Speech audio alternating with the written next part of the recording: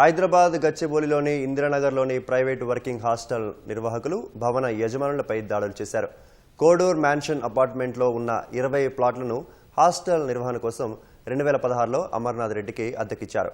Hitech City private hostel association అధ్యక్షుడిగా ఉన్న Amarnath evergreen stay పేరుతో హాస్టల్ నిర్వహిస్తున్నాడు. వీరి మధ్య అగ్రిమెంటు 2020లో ముగిసింది. 5 ఏళ్లుగా అద్దె చెల్లించకపోవడంతో యజమానులు హాస్టల్ ఖాళీ చేయాలని ఒత్తిడి చేశారు. దీంతో ఫ్లాట్ల యజమానులు కోర్టును ఆశ్రయించారు.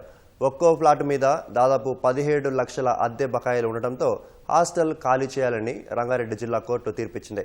హాస్టల్ను ఖాళీ చేయించేందుకు యజమానులు, కోర్టు ఉద్యోగులు, అడ్వకేట్ ప్రయత్నించగా హాస్టల్ నిర్వాహకుడు అమర్నాథ్ రెడ్డి మరికొంతమంది హాస్టల్ నిర్వాహకులు అనుచరులతో కలిసి దాదాపు 30 మంది ఒక్కసారిగా యజమానుల మీద దాడి చేశారు. కోడూరు రజని, సునీష్, శ్రీధర్, ప్రసూనంభ తదితరులకు గాయాలు కాగా పిచ్చేశ్వరరావుకు తీవ్రంగా తల పగిలింది.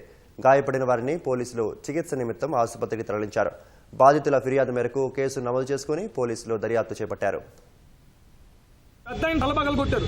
మమ్మల్ని అందరినీ చంపేపోతుంటే ఒక హాస్టల్లో చదువుకునే ఒక అమ్మాయి లేడీ మమ్మల్ని ఆపడానికి వస్తే ఆ అమ్మాయిని కొట్టారు. ఆ అమ్మాయి ఈ రోజు ఉండకపోతే పిచ్చేశ్వరరావు గారిని చంపేద్దరు. అమర్నాథ్ రెడ్డి వచ్చాడు, కొట్టాడు మమ్మల్ని అందరినీ. ఆడిని తీసుకొచ్చి పోలీసు జీప్ ఎక్కించారు. కానీ స్టేషన్ లోకి వస్తే అమర్నాథ్ రెడ్డి లేడు. ఏమయ్యాడు? 70 ఏళ్ళు 80 ఏళ్ళు నడవలేరు, కూర్చోలేరు, మాట్లాడలేరు. వాళ్ళు హాస్టల్ కబ్జా చేశాడు. వాళ్ళందరికీ సపోర్ట్ గా మేము ఖాళీ చేయిందామని చెప్పి మేము వస్తే మమ్మల్ని అందరినీ చంపబోయారు. కొంచెం అటు ఇటు అయి ఉంటే 4-5 అక్కడ చచ్చిపోయి ఉండేటోళ్ళు. సీరియస్ ఇంజరీస్ జరిగినాయి. మా అడ్వకేట్స్ దాడికి అట్లాగే పార్టీల మీద చేసిన దాడికి తీవ్రంగా ఖండిస్తున్నాం. పోలీస్ ప్రొటెక్షన్ కోసం మేము తీవ్రంగా ప్రయత్నం చేసి తీసుకుంటాం. ప్రాసెస్ ద్వారా మేము పోలీస్ స్టేషన్లో కేసు ఫైల్ చేయడానికి వచ్చాం. పిచ్చేశ్వరరావు గారికి వాళ్ళ భార్య రజనీ గారికి ఇద్దరు చాలా సీరియస్గా ఉన్నారు. Kondapur district medical office treatment జరుగుతుంది.